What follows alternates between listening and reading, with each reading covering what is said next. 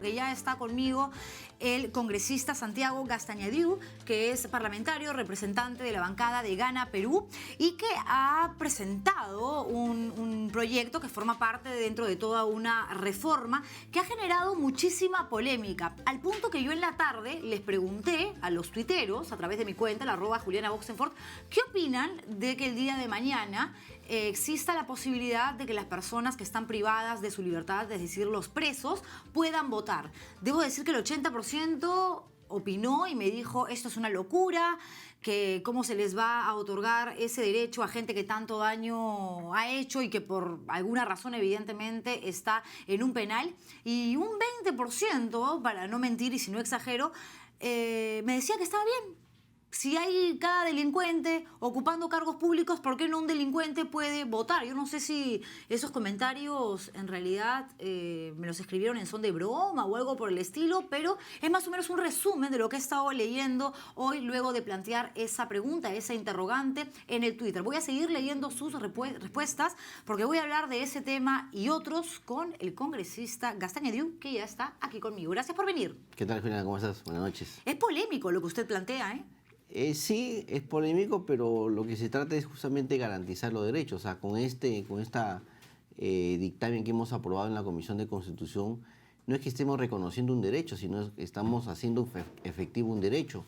Acá se trata de garantizar el derecho de aquellas personas que están privadas de su libertad, pero que todavía no cuentan con una sentencia. O sea, habría que aclarar. O sea, todavía, digamos, rige para estas personas el principio de presunción de inocencia. Cuando la persona ya está sentenciada, con una sentencia judicial firme condenatoria, esa persona sí está privada, digamos, de su derecho al voto. Ok, pero ¿qué porcentaje de la población penitenciaria no tiene condena hoy en día en nuestro país? Hay un poco para explicarte, ¿no? De acuerdo a los informes que emite el INPE, a diciembre de 2013 hay una población penal de 67.000 personas, de las cuales 37.000 personas se encuentran, digamos, sin sentencia. Entonces, justamente esta norma que hemos aprobado en la Comisión de Constitución trata de garantizar su derecho al voto. Además que existen, digamos, tratados internacionales, recomendaciones por parte de la Comisión Interamericana de Derechos Humanos para que, digamos, a las personas privadas de su libertad sin condena judicial, digamos, puedan, digamos, ejercitar ese derecho fundamental, un derecho político al voto, ¿no? Ok, pero basándose en lo que usted acaba de mencionar, que es la presunción de inocencia. Así es. Sin embargo, hay una demora, de hecho, siempre en nuestro país a la hora de condenar y de sentenciar, sobre todo cuando no hay intereses de por medio, cuando no hay suficiente plata, porque sabemos de la corrupción que existe en el Poder Judicial, o por falta de voluntad.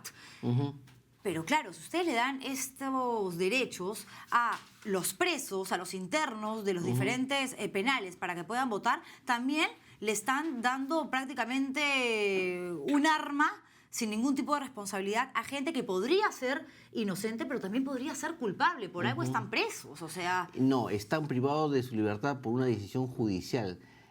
Tampoco podemos prejuzgarlo, ¿no? Porque justamente esto va a ser materia de todo un proceso penal que va a terminar con una sentencia que puede ser condenatoria o puede ser absolutoria. En todo caso, lo que nosotros tratamos de hacer acá no es que le estemos concediendo, no hay un tema, digamos, simplemente de un otorgamiento de un derecho, sino que el derecho ya existe. Lo que pasa es que no se había instrumentalizado, que no se hacía efectivo. ¿Por qué? Porque no existían, por ejemplo, un padrón, porque no existe un padrón, digamos, de las personas procesadas con detención. No existía tampoco una mesa electoral dentro de los establecimientos penitenciarios y con esta reforma, digamos, se tiene que coordinar los tres organismos electorales con el Poder Judicial y el INPE para, digamos, que estas personas que están detenidas, que están procesadas pero sin sentencia, puedan ejercer su derecho al voto. Ok, congresista, pero llevando esto que usted expone a un ejemplo un poco más didáctico, dinámico, podríamos decir lo siguiente. Hagamos de cuenta de que hay 10.000 personas en los diferentes penales de nuestro país, ¿ok? Que están siendo procesados, investigados por el delito de secuestro.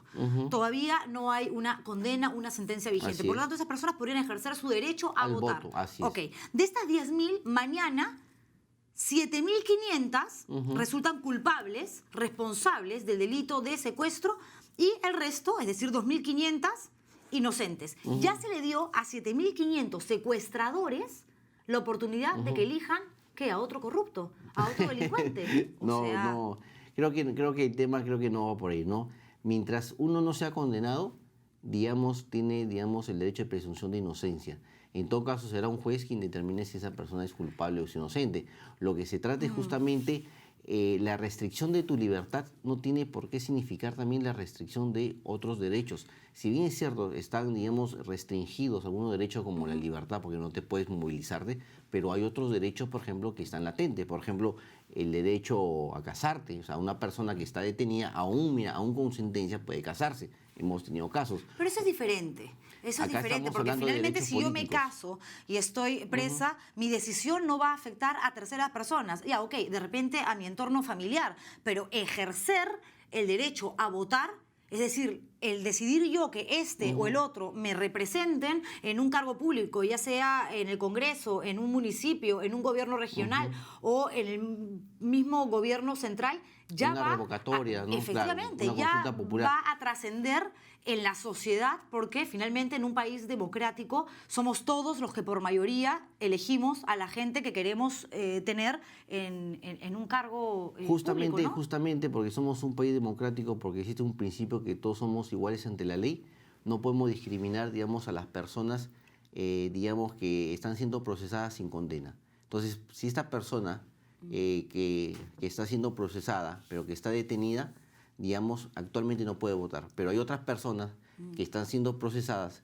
pero sin detención sí pueden votar. Congresista. Entonces, lo que se trata es garantizar un derecho que ya está establecido en la Constitución. Pero para que exista una orden judicial de que una persona tiene que estar detenida de manera preventiva mientras se llevan a cabo las indagaciones, que eso es lo que sucede cuando uno está interno, privado de su libertad, pero sin condena, es porque existen indicios suficientes, elementos probatorios que van a determinar de que efectivamente esa persona cometió un delito. Pero como tú dices, son indicios todavía, porque esa persona al final puede terminar con una sentencia pero no es en la mayoría, ¿no? No es en la mayoría de los casos. Yo creo que no necesariamente, ¿no? Yo creo que, ¿por qué nosotros tenemos que decir si esa persona no puede ejercer su derecho al voto, cuando la propia Constitución y los propios tratados internacionales establece que mientras una persona no tenga una sentencia condenatoria, tiene sus derechos políticos, vigentes, ¿no? Entonces acá lo que se trata simplemente es garantizar lo que establece la Constitución, y lo que nosotros hemos querido establecer es que justamente este derecho fundamental, que es el derecho a votar, sea también, extendido, a las personas que están limitadas en su libertad, pero que todavía no tienen una condena penal firme, ¿no? De acuerdo, pero regreso a lo mismo. Es una ruleta rusa, porque le estás diciendo, oye, sal a votar, te va a autorizar. No, no salen a votar, votan dentro del propio, para votar. Claro, dentro del propio establecimiento se tiene que formar una mesa electoral, tiene que haber un padrón electoral, y ellos dentro del propio establecimiento van a votar, ¿no? Pero eso se ha planteado recién ahora, porque tengo entendido que en un inicio la idea es que salieran resguardados del personal del INPE. Yo decía, ¿cómo se van a dar abasto? Si no alcanzan para cuidar y evitar la corrupción en una cárcel, ¿cómo van a acompañar a los presos? Hubo una errónea transcripción, con razón. al momento de establecer, la noticia. Lo que pasa que no, ahí sí sería peligrosísimo, porque pondría justamente en riesgo, de que esta persona pueda escaparse. Y como ha pasado, ¿no? Cuando han tenido que ir a una audiencia o trasladados a un hospital, han aprovechado esa salida para escaparse, ¿no? Claro, con lo cual, burlan justamente que la acción de la justicia. No, lo que se trata es que ellos voten, en los centros penitenciarios. Acá no se trata de que ellos puedan salir, porque imagínate, si no tenemos los suficientes efectivos policiales, para garantizar la seguridad interna, menos tenemos personal policial como para garantizar el traslado de estas personas a los centros de votación, ¿no? Ok, ¿y cómo evitar el nivel de corrupción en un lugar tan contaminado como es una cárcel, sobre todo un penal en el Perú, donde ya sabemos todo lo que se encuentra? Porque claro, un candidato delincuente, como varios de los que hemos visto en esta campaña, digamos, establece una relación con los capos que están presos de la mafia de narcotráfico, de la mafia de secuestradores, de la mafia de ladrones, y estas personas que además tienen un cargo importante dentro de los penales, porque existen jerarquías, además dentro de las cárceles, está el taita, está el delegado, hacen y convencen a los compañeros del penal para que voten por una persona. Y esa decisión tomada en Sarita Colonia, en Lurigancho, en Castro, por más de que hayan inocentes, porque siempre hay gente que está privada de su libertad de una manera absolutamente injusta, pero la mayoría no, pues. Y esa gente va a decidir quién va a representarme a mí en la municipalidad, quién va a representarme a mí en el Congreso, quién va a representarme a mí en Palacio Gobierno. Lo que pasa es que acá nuevamente, digamos, se tiene que cumplir con todo, digamos, los requisitos, con todas las condiciones del voto. Tiene que ser secreto, por eso tienen que instalarse estas mesas con estas cámaras secretas. Acá digamos, no puede existir coacción o ningún tipo de intimidación contra la persona que va a votar. Tiene que estar personal de la OMPE, del Jurado Nacional de Elecciones, de la RENIEC, del INPE, del Poder Judicial.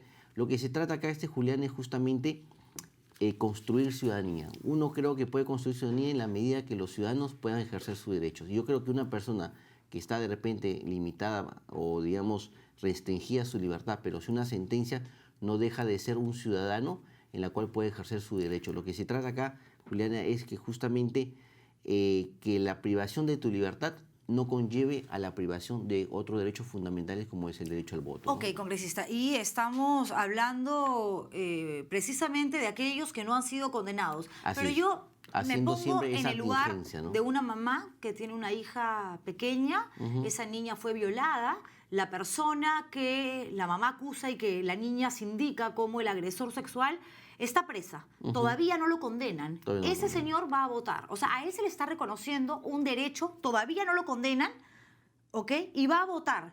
Y yo, como mamá, digo, ¿y los derechos de mi hija? Y mi derecho como mamá a exigir que este tipo se pudre en la cárcel por haber agredido a mi niña, ¿qué? ¿Me tengo que aguantar? Porque todavía no lo condenan. ¿Cuántos años van a pasar? 2, 3. Y mañana lo condenan. Sí, resultó que sí, efectivamente se encontró una muestra que determinó que el semen hallado en el calzón de la niña pertenecía a ese señor. Pero ya votó y participó en dos procesos electorales. Es que no estaba condenado. Un poco para entender esa figura. Puede ser que esa misma persona, que es un violador, el juez diga, no te vas a la cárcel, vas a seguir tu proceso en comparecencia, es decir, vas a seguir tu proceso en libertad. Y esa persona puede ir a votar como cualquier ciudadano. Pero eso es muy difícil que pase, sobre todo con delitos tan graves como el de la violación sexual. Con el Poder Judicial que tenemos, yo tengo muchos casos en los cuales, digamos, personas acusadas de violación de menores que están en las calles y ejercen libremente sus derechos políticos. Entonces estamos entrando en una contradicción, congresista, porque por un lado dice, efectivamente hay fallas, errores en el Poder Judicial que hacen que violadores peligrosos estén en la calle. Sí, lo sabemos todos, desgraciadamente eso pasa. Y por esos errores y por esos malos jueces, también hay un montón de internos en los penales que todavía no tienen condena, que mañana con esta reforma que se ha dado en la Comisión de Constitución y que mañana puede ser aprobada por el Pleno, van a poder votar, y mientras tanto en el Poder Judicial los magistrados siguen así de brazos cruzados. Ay, todavía no quiero condenar, un ratito me tomo mi cafecito, me voy al chifa. Tampoco es así, es que, digamos, estoy poniendo un ejemplo un poco drástico, pero para tratar de ponernos, digamos, en ambos extremos, ¿no? Porque si no, uno diría también, entonces, ¿por qué no han votado hasta ahora? Si constitucionalmente es un derecho. Lo que pasa es que no se había implementado justamente para esas personas privadas de su libertad sin condena. Lo que pasa es que acuérdate que, de acuerdo al sistema penal peruano, tú puedes seguir un proceso penal, ya sea en cárcel o en libertad. En libertad puedes terminar con una condena, independientemente del delito. Por ejemplo, hay delitos gravísimos, por ejemplo, en este caso de los Movadef, que hubo una sala que dijo, no, estos señores tienen que salir de la cárcel y seguir su proceso en libertad. Entonces, ante esa situación, ellos, por ejemplo, podrían votar. Entonces, el cambio debería darse por ahí, ¿no? O sea, mientras esté siendo investigado, si es que se te ha imputado un delito, pierdes ese derecho mientras tanto. ¿Qué es lo que debería de suceder? Y además, ustedes mismos en la Comisión de Constitución están planteando ese tema con los candidatos, con la gente que acepta. No, es que no es otra cosa, porque estamos hablando de delincuentes dentro de la cárcel y delincuentes que están fuera de la cárcel. Pero digamos, ¿quién causa mayor daño? ¿Quién va a votar o quien finalmente sale elegido por una elección popular. Yo creo que los dos. Yo creo que no, porque justamente si tú sales elegido y eres un delincuente, cuando tú asumas el cargo, digamos, vas a utilizar el cargo para cometer tus fechorías. Pero es una responsabilidad, cambio, congresista, perdón que lo interrumpa, compartida. Claro. O sea, es el delincuente que, aprovechándose de los vacíos legales, ya cumplió una condena por narcotráfico y cree que por haber estado 15 años preso y haber pagado sus culpas, ya puede ejercer un cargo público, además la ley se lo permite. Y la responsabilidad, actualmente es así, sí. Y la responsabilidad del elector de darle una oportunidad a un ex narcotraficante, si quiere decirlo, que para mí, ok, no puede dejas... pasar, claro, y puede pasar con narcotraficantes, violadores, ladrones, secuestradores, ¿sí? Corruptos. Por eso también nosotros hemos presentado una iniciativa de reforma constitucional para aquellos procesados por delitos graves como terrorismo, narcotráfico, violación de menores, corrupción de funcionarios, no puedan postular, que es una cuestión totalmente diferente. Y me parece genial porque además, después que si llegan al Congreso, apelan a la inmunidad parlamentaria, claro, para que nadie los toque. Justamente utilizan su cargo para, para mover sus influencias. Liberarse de la acción de la justicia. De acuerdo, pero regreso que también está la responsabilidad del elector, porque no solamente se trata del que viene y me pega, del que viene y me roba, porque una vez te lo paso, pero después es porque yo también lo estoy permitiendo. Pero y eso está sucediendo con el electorado. Las encuestas lo han dicho. Juliana, pero yo creo que antes de la responsabilidad del elector está la responsabilidad del partido, la responsabilidad del movimiento regional, porque son ellos los que deberían filtrar justamente ese tipo de candidaturas. Son los partidos los que no deberían acceder, digamos, que una persona con un proceso penal abierto o que una persona condenada, pero que ha cumplido su condena, digamos, no puede ingresar en la política. ¿Pero de qué partidos estamos hablando? Los tradicionales están, digamos, de capa caída y los otros son movimientos independientes. Entonces, lamentablemente, como no tenemos esos partidos sólidos que deberíamos necesitar, porque los partidos, digamos, son el fundamento de nuestra democracia, es que nosotros hemos presentado esta iniciativa de reforma constitucional para darle una herramienta al Jurado Nacional de Elecciones de tal manera que cuando se presente una candidatura en esas condiciones, el propio Jurado Nacional de Elecciones la pueda retirar. Y eso lo aplaudo y yo felicito a la Comisión de Constitución por ponerse las pilas y tratar de modificar esta norma para impedir. Pero regreso a lo mismo. Usted entra en contradicciones. ¿Por qué? Porque por un lado dice, si no importa que hayas sido condenado y hayas cumplido tu sentencia, ¿ok? Y teniendo una sentencia vigente, obviamente no puedes aspirar a un cargo público. Y eso se ha visto ahora, recién. Y varios casos, ¿no? Por un lado, entonces, yo, estoy siendo ahorita mismo investigada por el supuesto delito de robo agravado, ¿ok? Entonces, si se aprueba esta modificación que ustedes están planteando, no puedo mañana aspirar a ser la alcaldesa de Miraflores, ¿ok? Claro. Pero si estoy presa... Porque el Poder Judicial dictó orden preventiva mientras dura el proceso de investigación, sí puedo votar. Sí puede votar, que es otra cosa que puedas postular. Son dos cosas distintas. Pero porque es que estamos hablando de una relación y de una dinámica que funciona como el libre mercado, por ponerlo de un ejemplo. Oferta y demanda. Representante, candidato, elector. Porque los derechos políticos tienen dos caras, ¿no? El derecho de elegir, el derecho a votar, el derecho a decidir quién quieres que sean tus autoridades y el derecho a ser elegido, el derecho a ser autoridad. Yo creo que más daño a la sociedad se le hace cuando justamente un delincuente entra como autoridad que cuando una persona elige su derecho al voto. Y cuando los delincuentes eligen a un delincuente o a un no delincuente para que ejerza un cargo público. Pero acuérdate público, que uno adquiere la condición de delincuente con una sentencia. En cambio, cuando tú estás procesado y participas en política, puedes utilizar tu cargo en beneficio propio. A ver, pero no diga eso, porque si yo estoy siendo procesada y quiero ser mañana congresista, todavía no soy delincuente. Y ya me están quitando el derecho de tener una curul. De ser elegido, pero justamente para evitar justamente ese riesgo es que justamente se ponen, digamos, esos candados. Ok, ¿y por qué no ponemos esos candados para evitar el riesgo de que mañana personas que no están condenadas hasta ahora, pero que son potenciales delincuentes, vayan a votar y elijan por mí? ¿Por qué van a tener el mismo derecho en un sistema democrático donde uno va y vota como si, caramba, estos señores le hubiesen hecho grandes favores a la sociedad? Algunos quizás sí, claro, pero son contados los casos. Yo creo que, Juliana, yo creo que en todo caso el daño es mayor cuando se participa como candidato que cuando se participa como elector. Eso es bien. El elector, en todo caso, simplemente va a decidir quién va a ser su próxima autoridad. El candidato es un potencial autoridad.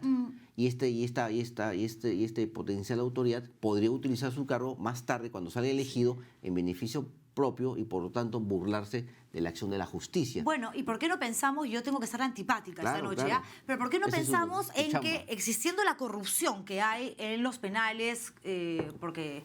Claro, también está prohibido hablar por teléfono, también está prohibido fumar marihuana, prenderte un quete y demás cosas, pero todo entra, ¿no? Bueno, eso es un tema. Entonces, ¿por qué no pensar que un candidato mafioso compra los votos de otros mafiosos, delincuentes que están en la cárcel y finalmente, pues, arriba la corrupción, que viva? Yo creo que la compra de votos se puede hacer tanto en la cárcel como fuera de la cárcel. Seguro que sí, pero no estemos hablando, creo que no hay que entrar en la discusión porque sería muy subjetivo además de cuál es el daño mayor o menor. Finalmente un daño va a trascender y va a repercutir de una u otra manera y eso es algo que ni usted ni yo podemos prever porque no tenemos una bola de cristal. Lo que sí podemos hacer es adoptar medidas para evitar lo que hemos visto en estos últimos comicios. Eso de que los procesados puedan postular a un cargo, eso es grave, ¿no? pero a mí me parece gravísimo y por eso, repito, lo felicito. Pero lo otro